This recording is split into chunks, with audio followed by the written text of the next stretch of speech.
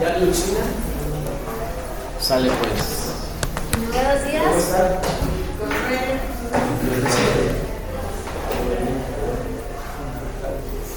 Buenos días, vamos a continuar con el capítulo número 40, denominado como Principios Físicos del Intercambio Gaseoso, Difusión de Oxígeno y Dióxido de Carbono en la membrana respiratoria. Bueno, primero hay que entender primero a qué se refiere el proceso de difusión. Este va a ser un movimiento aleatorio, constante y rápido de moléculas donde va a haber mayor concentración a menor concentración. Donde nos corresponde es precisamente hablar en los pulmones. Bien, primero para entender todo esto tenemos que hay factores que van a actuar sobre esta difusión. Primero hay que entender la base molecular a lo que se refiere esto. Primero, para que suceda esta difusión, vamos a tener una fuente de energía que esta va a estar dada principalmente por el movimiento cinético. Este movimiento cinético se va a originar de las propias moléculas sencillas, que esta parte corresponde al oxígeno y al dióxido de carbono, donde se van a estar moviendo constantemente y aleatoriamente, haciendo que estos choquen entre sí, que a la vez van a chocar contra las paredes del vaso, y debido a este movimiento se va a dar justamente este desplazamiento de donde hay mayor concentración a donde hay menor concentración. Bueno, Guyton menciona que hay una excepción a todo esto, que es el cero absoluto. Bueno, si tenemos esto en cuenta, cuando hay un descenso de temperatura hay menor energía y por ende va a haber menor movimiento. Entonces, cuando tenemos el cero absoluto, vamos a tener que la energía cinética va a ser prácticamente de cero. Esto va a provocar que las moléculas dejen de moverse y por ende no haya difusión. Lo que a nosotros nos compete es que, como tal, nosotros tenemos un rango de temperatura, ¿cierto?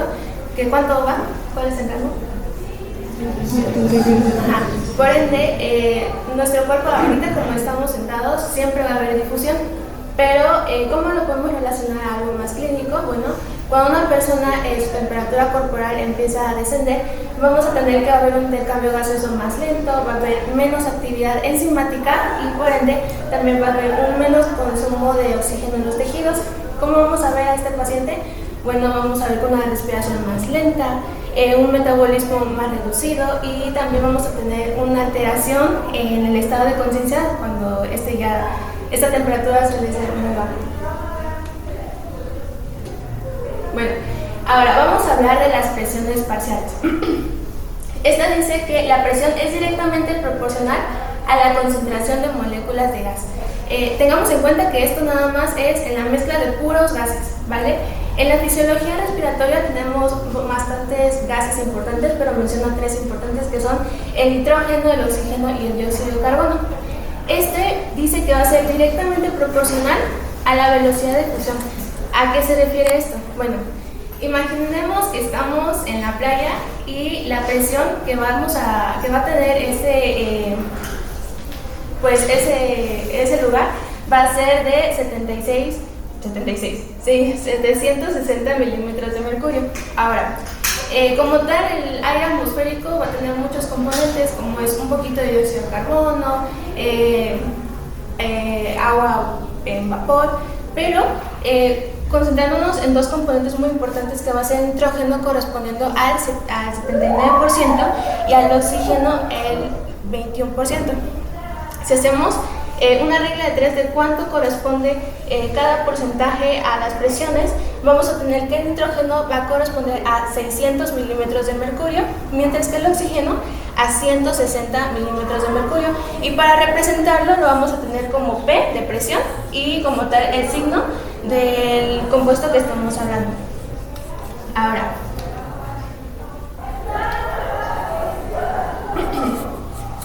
hablando justamente de estos gases, pero ahora disuelto en líquido, vamos a tener que se van a representar de la misma manera y también van a depender de su concentración, pero ahora también se va a unir un factor importante que va a ser el coeficiente de solubilidad, que no es más que qué tan fácil este gas se puede disolver en el líquido. Para esto vamos a tener la ley de Henry, que va a ser presión parcial, va a ser igual a la concentración del gas disuelto sobre el coeficiente de solubilidad. Guyton nos da esta tabla y quiero resaltar dos importantes, que va a ser el oxígeno, que va a ser de 0.024, y el dióxido de carbono, que va a ser de 0.57. Lo importante aquí es mencionar que justamente el dióxido de carbono tiene un mayor coeficiente de solubilidad, pero correspondiendo a 20 veces más que el oxígeno. Pero ¿por qué entonces el dióxido de carbono tiene una menor presión parcial? Aquí les puse un ejemplo donde tanto el oxígeno como el dióxido de carbono tienen una misma concentración, pero si lo dividimos entre su coeficiente de solubilidad, nos va a dar que el oxígeno va a tener una mayor presión parcial. ¿Por qué? Porque justamente los gases que tienen mayor número de solubilidad no generan tanta presión cuando están disueltos en líquido. Vale, ahora vamos a pasar a hablar a la presión de vapor en agua. Imaginemos que nosotros siempre respiramos, ¿no? A menos que ya. Bueno, justamente hablando de esta presión parcial, va a ser esta que va a ejercer sobre las moléculas de agua al intentar escapar, en este caso, pues, de nuestras vías respiratorias. Entonces, nosotros estamos a una temperatura corporal más o menos promedio de 36, 37. Entonces, la presión de vapor de agua va a corresponder a un 47 milímetros de mercurio.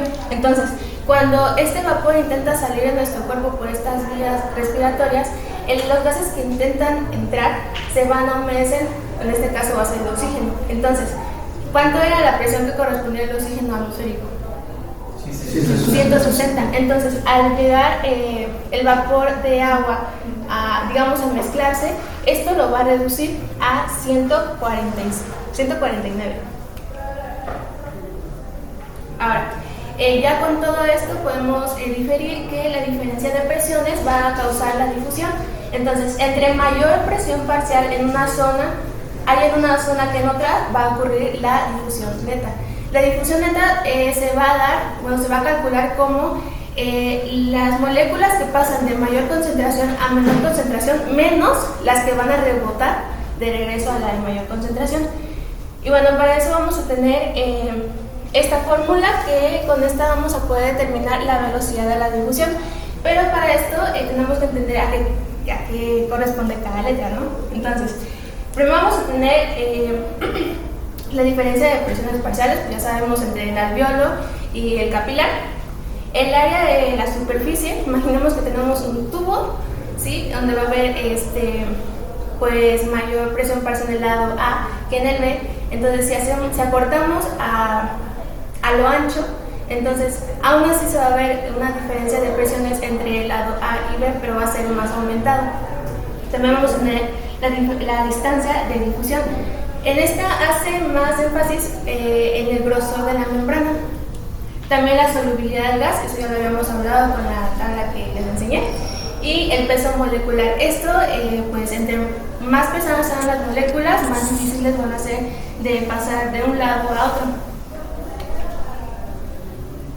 Bueno, la composición del aire alveolar, eso nada más es como mencionar que el aire alveolar se va a recambiar muy lentamente, y ahorita les voy a mostrar una imagen donde lo muestra mejor, pero tiene tendencia a renovarse entre 1 cada 16 respiraciones. Ahorita les enseño. También que el oxígeno se reabsorbe constantemente. Habíamos mencionado que la presión del oxígeno en la atmósfera era de 160, cuando llega en el alveolo va a ser alrededor de 104, y en la presión capilar va a ser de 40. Esto es igual lo mismo, pero hablando del dióxido de carbono, en la atmósfera va a ser de 0.3 y en la presión alveolar va a ser de 40. Y esto también, que lo habíamos hablado, era cuando entraba el oxígeno, se humidificaba y bajaba esta presión. ¿Cómo llega a ese 104 de presión alveolar? Bueno, eso lo van a hablar más adelante, sí. Pero es justamente porque, bueno... Ahora está ¿aquí? Ajá. Bueno, porque igual las vías donde va va bajando cada vez la presión de este. Justamente son los requerimientos que tiene como tal la vía respiratoria. Porque la difusión va de una mayor concentración a una menor concentración. Y en el ambiente yo tengo cierta presión dependiendo de la altura sobre el nivel del mar. Hasta ahí un nivel.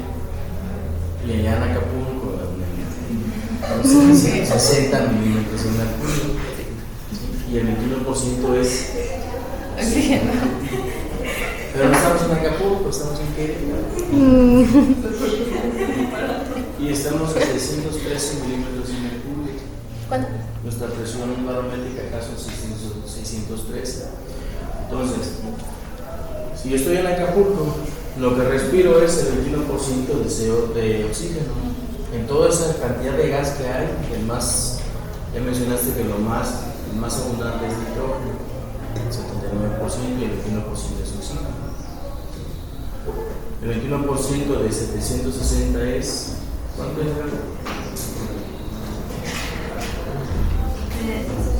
140. Supongamos que tú lo quieres ver así y respiras toda esa cantidad de aire. A esos 760 quitan el vapor de agua, porque esa es una de las funciones de la vía respiratoria superior. Uno es los cilios, atrapar todas las partículas que pudieran pasar hacia la tráquea. Y la otra es la formación del moco, genera que se supone que el aire que está acá es más frío que el que yo tengo aquí. Y las vías respiratorias, entre más estrechas son, ocasionan más calor. De tal manera que yo tengo corrientes. Y al momento que yo respiro, los corrientes hacen un flujo turbulento, y entre más choquen esas moléculas de gas, genera calor, un enriquecimiento. De tal manera que cuando yo meto ese aire, entra calientito. Por eso en las mañanitas, cuando hace frío, se les pide que se cubran, porque si no se inflama tanto la mucosa, y después tengo problemas respiratorios superiores. Y que no necesariamente son infecciones, sino son una exposición a los cambios bruscos de temperatura, y es algo que parte de las recomendaciones generales que se les hace a las personas cuando tienen infección, cuando tienen resfriados comunes. Pues ya metí 760, y ese calor que genero, evaporo agua, se llama presión de vapor de agua. 760 menos 47, ¿cuánto es? 713 por punto 21, 150. Esa es la cantidad de aire de gas humidificado, la presión de gas seco.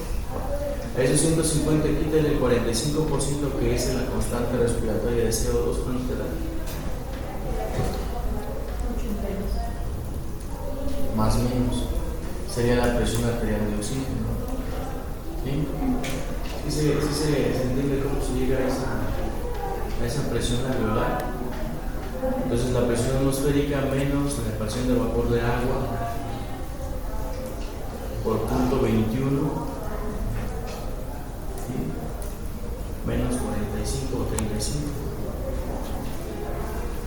Pero no estamos en Acapulco. Ese es el problema.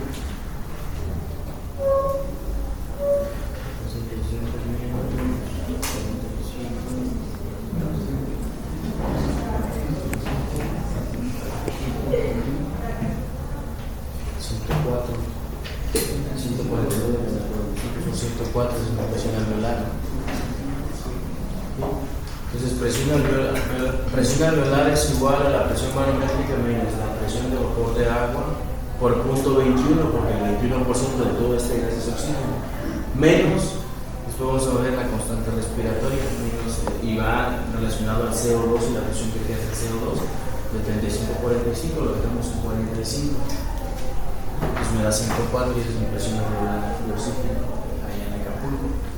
Pero en Querétaro estamos a 613, es nuestra presión barométrica. ¿Cuál es la presión alveolar de oxígeno esperada? Aquí. ¿Sí, Lucia? Sí. ¿Sí se entiende? Sí. Por eso cuando las personas aumentan su frecuencia respiratoria, aumentan la cantidad de agua que van a perder, porque al final de cuentas yo estoy perdiendo agua. Entonces, si 613, mi presión barométrica en Querétaro. ¿Qué presión alveolar de oxígeno tengo?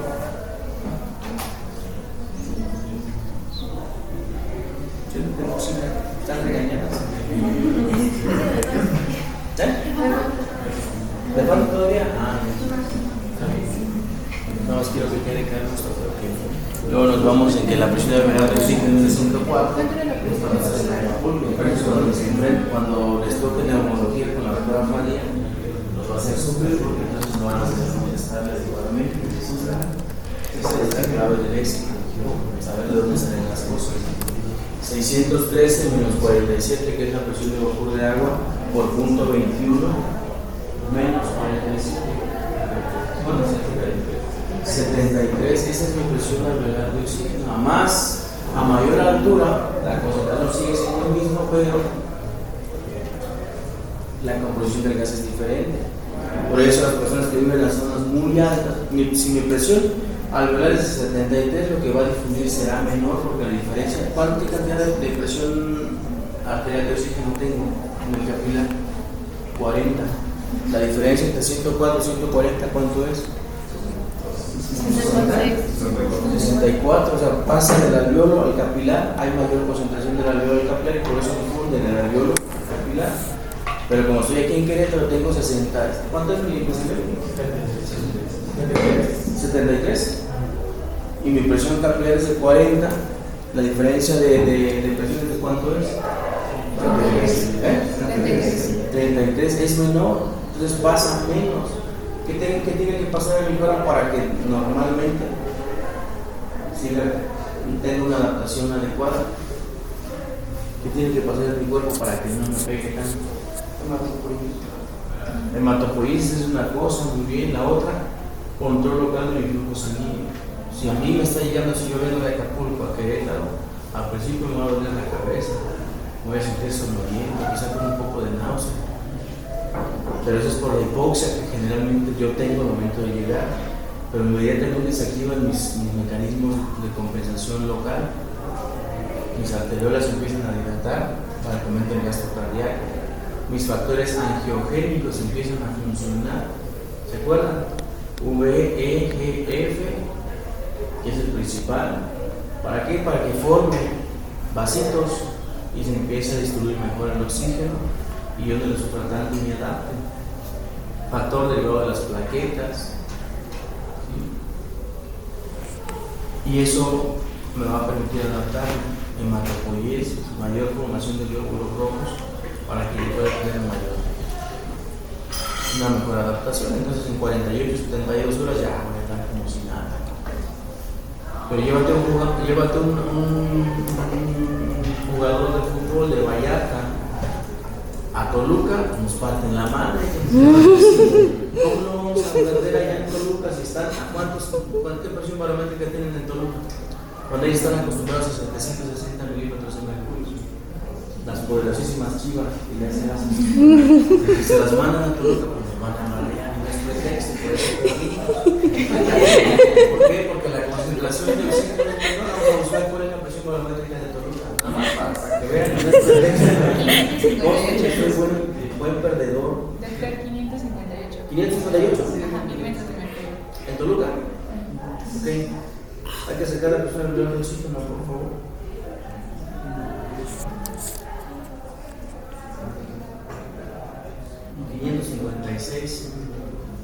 milímetros de mercurio. ¿Cuánto? ¿Cuánto? 62 menos 40. Hasta un poquito, entonces, pobre piojo no puede. Por muy bueno que sea, la hormiga se puso más rojo. ¿Por qué se puso más rojo la hormiga, hermano? Hasta los que no vieron el partido estamos mal. Quedamos que en el inicio del semestre todos iban a ver las chivas, los sábados y los domingos. Porque de ahí tengo preguntas de fisiología. ¿Por qué se puso rojo la hormiga, González? Por esa disminución de la presión de la infusión hace que no difunda bien el oxígeno, por eso esté viendo más, o sea, que más, o sea, por eso. aumente haya vasodilatación, haya hiperemia. Bueno, pues la hiperemia activa, ¿no? Por la actividad física y luego la presión atmosférica. Excelente, por si está blanco, como el color de un papel. Lo vasodilatas, la hemoglobina, ¿qué color tiene la hemoglobina? Supuestamente rojo por su componente M, por el hierro. Se pone rojo, entonces se pone una hiperemia activa. Y entonces es imposible que le puedas hacer nada al diablo allá. Es muy difícil, a menos que te vayas 3 días antes y te pongas a entrenar cerca del nevado, y entonces se va a hacer. Ahora sí. Y eso es lo que hacen las elecciones cuando te sopesan. ¿Por qué México nunca gana en Chile? Está altísimo. Y entonces no va a poder, por si son malos. No pueden adaptarse, intentan adaptarse primero y aclimatarse. Entonces tiene que ver con mis presiones, si se entiende el mensaje, tiene que ver con mis presiones de oxígeno en el alveolo. Y estos van a depender de la presión barométrica en la que yo tenga, porque la suma de todas las presiones parciales de los gases me da la presión barométrica. ¿Sí? ¿Sí lo funciona? Next. Tiempos en concentración de... Es nada más es cómo se elimina bueno, cómo se recambia. Por cada... ¿Cómo se elimina? ¿Cómo se da el recambio? Bueno, primero simplemente es para demostrar cómo es que primero tenemos un alveolo que tiene siempre gas. ¿Cuánto habíamos dicho que era la cantidad que siempre pertenece en los pulmones? Era de 2.300. ¿Volumen residual? ¿Vale? ¿Volumen residual? Funcional. Funcional. Residual funcional. Justamente el alveolo tiene que andar cambiando. Entonces nada más esto es una serie de respiraciones y cómo va eliminando este residuo, digamos, de gas. Pero a pesar de llegar a una 16ª respiración, sigue habiendo gas residual. Pero entonces yo tengo la justificación de por qué respiro entre 12 y 20 respiraciones por minuto. ¿Qué pasa si me disminuye la respiración? ¿Por qué respiración? Trauma craneoencefálico. Pues hay un recambio de este gas, entonces puede ser que el paciente tenga algún tipo de creo que era acidosis respiratoria. Acidosis respiratoria, el CO2 empieza a acumular. Yo respiro el número de veces necesarias para que lo que mi célula produce, que es CO2, en la mayoría de las produce CO2 y otras sustancias, ¿qué es lo que va a pasar? Pues hay que sacarlo. Si no lo saco, lo voy a guardar y lo voy a empezar a acumular en sangre. Y si se acumula en sangre, el CO2 no es bueno.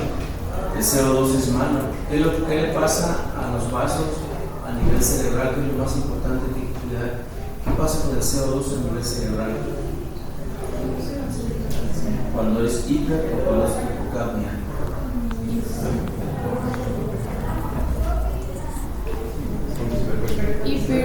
Hiper porque el CO2 es vasodilatador.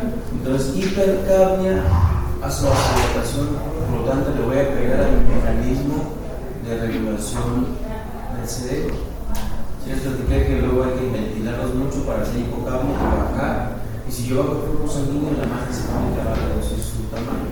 Eso lo van a ver ustedes en su barología, en el taller de urgencias, quizá en urgencias, en la operativa de urgencias quirúrgicas, van a ver la hemodinámica intracraneal y van a comprender el traumatismo craneoencefálico. Entonces, ¿qué pasa si yo respiro muy rápido? Va a disminuir la concentración de CO2. Y entonces voy a ocasionar ¿qué le hace el CO2 a los vasos en el cerebro? Vasoconstricción, y va a bajar la cantidad de oxígeno al tejido cerebral, y entonces puedo tener problemas neurológicos asociados a la hipocapnia. Para empezar, puede ocasionar ciertas parestesias en cara. Y el CO2 juega un papel muy importante también en la unión con el agua y también con algunos otros electrolitos, de tal manera que las personas que se encabronan cuando media hora hace 15 días, hoy estuvo de luto. Me encabroné tanto de oxina que empecé a respirar tan rápido. ¿Qué pasó con mi CO2? No lo estoy eliminando. ¿Y te puedo hacer así? Mi hermano así contracturado. Y mi hijo a unas cachetadas así contracturado. Tiene que ver con eso, con la ventilación alveolar.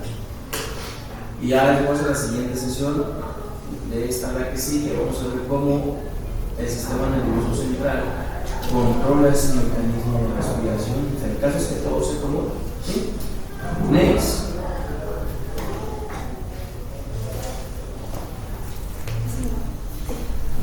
Ahora, pasando con la concentración y presión parcial del oxígeno en los alvéolos, es importante saber que esta va a estar determinada por dos cosas, o va a depender de dos cosas importantes. La primera va a ser la cantidad de oxígeno que va a ingresar hacia, que pasa del alvéolo hacia el capilar, y la segunda es la cantidad de oxígeno que va a pasar hacia el pulmón por la ventilación mecánica.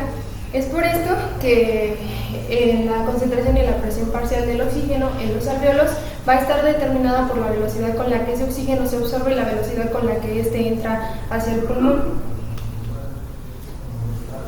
Y esta gráfica nos explica muy bien eso. Se observa cómo la ventilación alveolar y la tasa de absorción del oxígeno influye en la presión parcial alveolar.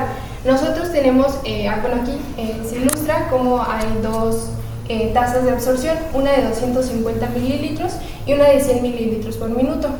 Si nosotros tenemos una ventilación alveolar normal, ¿que alguien sabe de cuál es? Pregunta directo, sí. Mau. Mau.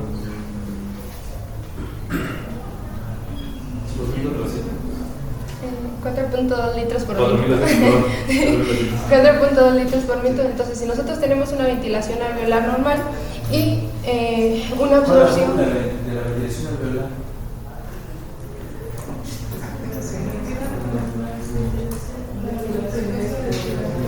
Frecuencia respiratoria por volumen corriente menos Espacio muerto. el volumen tirado, el volumen del espacio muerto. Entonces, teniendo esa ventilación alveolar normal y una tasa de absorción de 250 ¿Sí directo, sí o no? Porque no me han captado todavía. Una persona que respira a 30, una frecuencia de 30 respiraciones por minuto, ¿cuál es la ventilación alveolar que presenta esta persona? El doctor Franklin, caminando por la calle cantando y silbando, empieza a respirar a 25 respiraciones por minuto. ¿Cuál será la ventilación alveolar del doctor Franklin en este momento?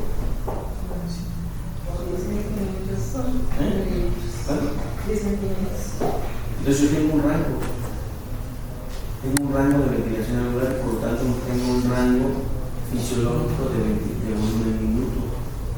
Y eso lo estimo sobre la frecuencia respiratoria más baja que yo puedo soportar hasta la más alta. ¿Cuál es la frecuencia respiratoria normal? de 12 a 20. A 20, y ahí va un rango. ¿Sale? Bueno, y teniendo la tasa de filtración de 250 mililitros, que es la normal, nosotros vamos a tener que el punto operatorio se va a situar aquí, en este punto A, y la presión parcial alveolar del oxígeno va a ser ¿de cuánto? Ya habíamos quedado. 104. En Acapulco son 104. ¿En qué? Acapulco. Dice Gallo. Las cifras a nivel del mar. Necesitamos un paréntesis y les apoyo esta porque ustedes en un futuro muy terreno van a interpretar las geometrías. Y lo pueden interpretar de una geometría comparable con las ondas a nivel del mar. Quizá para ejercicio y academia pues se las aprenden, ¿no? Pero en la práctica clínica tienen que tomar en cuenta esta consideración. No es lo mismo que yo esté retirando un paciente en la Ciudad de México a que esté retirando uno de Vicente Guerrero en Acapulco. Los parámetros cambian. ¿Sí? Entonces aquí, digamos que estamos a nivel del mar, 104 es la presión alveolar. Ahora, ¿qué pasa en un ejercicio moderado cuando nosotros tenemos una tasa de absorción de 100 mililitros por minuto? Lo que va a hacer el cuerpo para compensar esto es aumentar esa ventilación alveolar para que la presión parcial del oxígeno se mantenga. Y ahora, ¿qué pasa con la concentración y la presión parcial del dióxido de carbono en los alvéolos? Pues la bibliografía nos menciona esta gráfica que nos presenta, igual que la pasada, dos tazas, pero esas son tazas de excreción, una de 800 mililitros y una de 200 mililitros por minuto, siendo esta la tasa de excreción normal. Entonces, si nosotros tenemos una ventilación alveolar normal de 4.2 litros por minuto, el punto operatorio se va a encontrar aquí en aproximadamente 40 milímetros de mercurio. Entonces, se va en 40 milímetros de mercurio. La gráfica nos da a resaltar dos cosas muy importantes, que la presión parcial alveolar va a aumentar conforme aumente la tasa de excreción, es una proporción directa, pero va a disminuir conforme aumente esa ventilación alveolar, es una proporción inversa. Es por eso que, como ya les mencioné, pues la velocidad con la que se absorbe y con la que ingresa el oxígeno van a ser componentes claves de las presiones parciales en los alvéolos. Ahora, en cuanto a la difusión de gases a través de la membrana respiratoria, nosotros tenemos que tener en cuenta lo que es la unidad respiratoria, también denominada lobulillo respiratorio. Básicamente este está conformado por un bronquiolo terminal, los conductos alveolares, los atrios y los alvéolos. En los alvéolos encontramos una red capilar interconectada que le va a permitir esa difusión a la membrana, y de este lado vamos a encontrar las partes de la membrana respiratoria, que son 6. ¿Cuáles son? ¿Cuáles? ¿Cuáles son las partes de la membrana? Son 6. Bueno, el libro menciona que son 6. A ver. ¿Qué algo de afuera adentro? Es el alveolo, la capa de líquido surfactante, el epitelio alveolar, la membrana basal, el epitelio intersticial, la membrana basal capilar y el endotelio capilar. Y ahí hay un espacio importante, ¿verdad? Entre la basal capilar, la membrana del capilar. ¿Cuál es la última del alveolo? La basal del alveolo. Hay un espacio ahí. Un espacio artificial. Y ahí entra la famosa ley de Fick. ¿Qué dice la ley de Fick? Porque a la gente ya dijiste que las partículas de la presión del gas se mueven con base a la temperatura constante. Se refiere a lo del grosor de la membrana. Sí, bueno, pasando a eso, hay ciertos... No, es que quién iba a explicar, de hecho. Ahí así. Bueno, hay ciertos factores que van a influir en no esta... quiero saber qué dice la ley de Fick. Bueno, que a mayor grosor de la membrana, la velocidad de difusión es inversamente proporcional. Sí. Entonces, la velocidad de difusión del oxígeno es inversamente proporcional al grosor de la membrana. Todo lo que me engrose la membrana va a ocasionar que la superficie que voy a tener para atravesar el oxígeno será menor y por lo tanto será más lento. De tal manera que si yo le pongo moco ahí en el intersticio o le pongo inflamación, lo inflamé mi alveolo, y entonces aquí tengo líquido inflamatorio y me va a formar moco.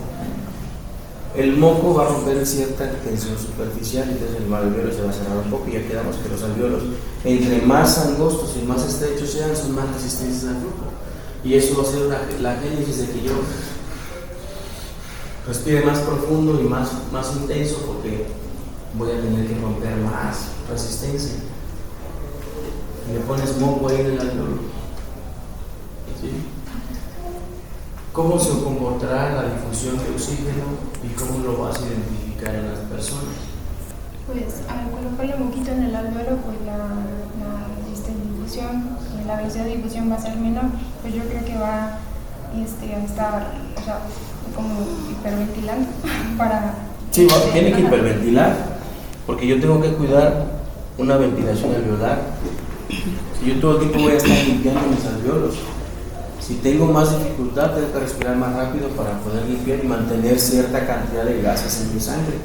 Pero si yo le pongo moco aquí, sí es el alvéolo, ¿verdad? Es que yo no traigo clases de histología.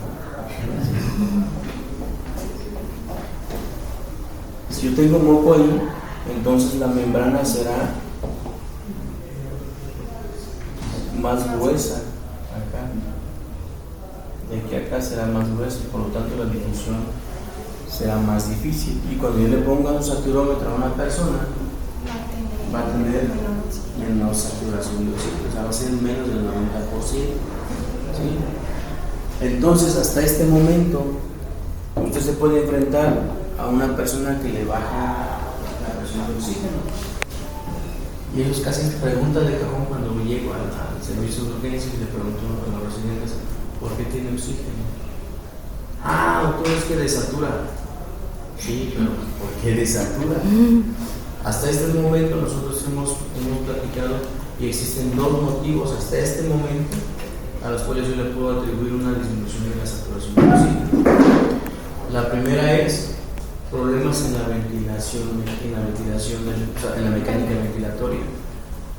Yo tengo un pulmón que se infla con 500 y esos 500 por el número de frecuencia me da mi volumen minuto. Pero si yo, y esa capacidad de distenderse por cada aumento de presión se llama distensibilidad estática. Le pongo la caja torácica y entonces tengo que vencer también la caja torácica y levantarla. Y reduce, se llama distensibilidad dinámica o pulmón tórax. Y es el 50% de la distensibilidad dinámica estática. Son 110 mililitros. Si yo rompo una costilla, cuando yo respire, me va a doler y el pulmón no se va a inflar a 500, se va a inflar a 300, a 200. Y eso va a disminuir la cantidad de aire que voy a meter en mis pulmones. Y si disminuye la cantidad de aire que voy a meter en mis pulmones, obviamente la cantidad de oxígeno que voy a meter al alvéolo será menor y la presión de 104 de oxígeno en el alvéolo será menor y por lo tanto la difusión será menor. Y la otra es problemas en la membrana alveolo-capilar. La primera se llama problemas de la mecánica ventilatoria y la otra es por difusión o trastornos de la difusión, y los trastornos de la difusión son por problemas de la membrana alveolo-capilar. Lo que ustedes quieran. Se inflamó, le pongo moco, ¿sí?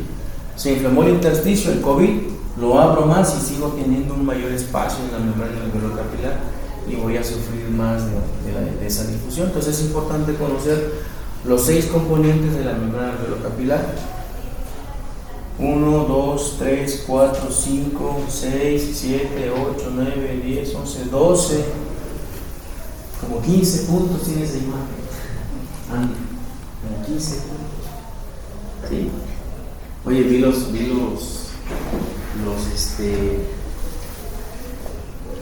potenciales de acción de los colegas, no manches, pobres pacientes. Todo el que llevamos también espacio de cositas 1, espacio de cositas 2, pero seguramente se les pondrán buenas. Están arrítmicos. ¿Qué más opinan?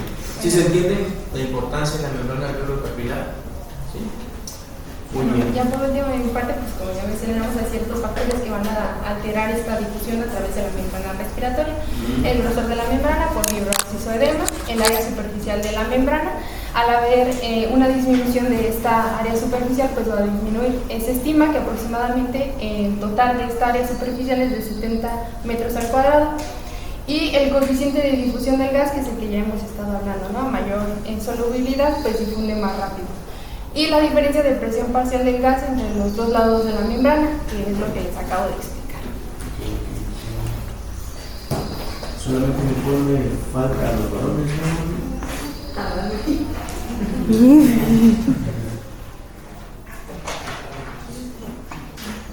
Solamente puede faltar a los varones. Bueno, ahora sí, seguimos con la capacidad de difusión de la membrana respiratoria. Esto se refiere a qué capacidad tiene cada gas de atravesar ya dicha membrana asistencia que acabamos de explicar. se va a expresar en mililitros por minuto por milímetro de mercurio. Tenemos que la capacidad de difusión del oxígeno va a ser de 21 mililitros por mililitro de mercurio. Esto va a ser porque la diferencia de presión promedio va a ser del oxígeno es de 11. Te vas a multiplicar, porque eso es por minuto, te vas a multiplicar 21 por 11, nos va a dar 230 mililitros de oxígeno por minuto, y esto va a estar en reposo. ¿Qué va a pasar cuando estamos en ejercicio? Pues vamos a ocupar más oxígeno y se va a multiplicar por 3 veces y va a haber una apertura de capilares, una dilatación, y va a haber un equilibrio entre la ventilación y la perfusión de dicho gas. Entonces, del CO2, ¿por qué? ¿Te acuerdan por qué es más fácilmente que atraviesa esta membrana? Exactamente. Entonces, estos van a ser los valores en reposo: 400 a 400 mililitros por minuto por milímetro de mercurio, y en ejercicio de 1200 a 1300. Entonces, ya explicando esto, ¿alguien quiere explicar esta imagen? Está muy fácil. ¿No? Padilla, ¿pasas por ahí? ¿No? ¿Alguien explica esa imagen?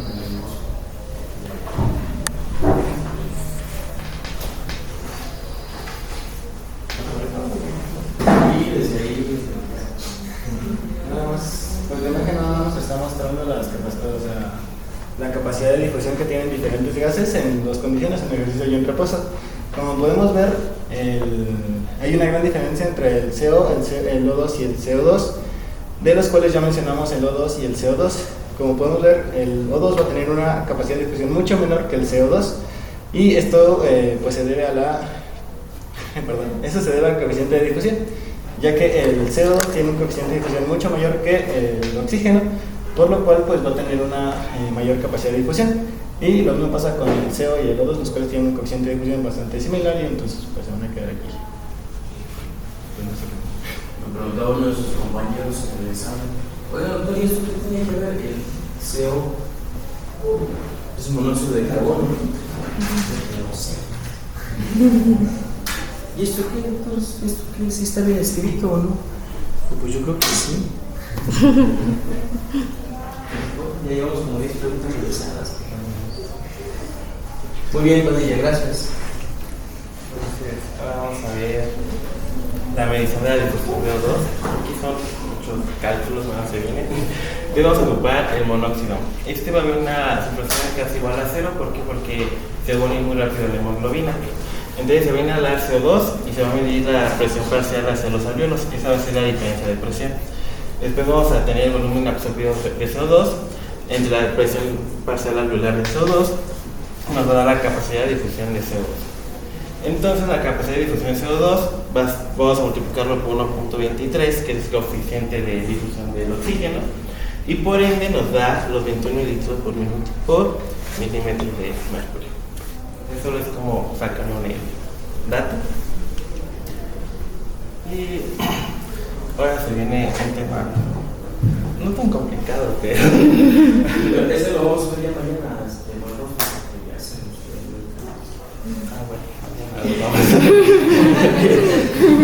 Muchas gracias.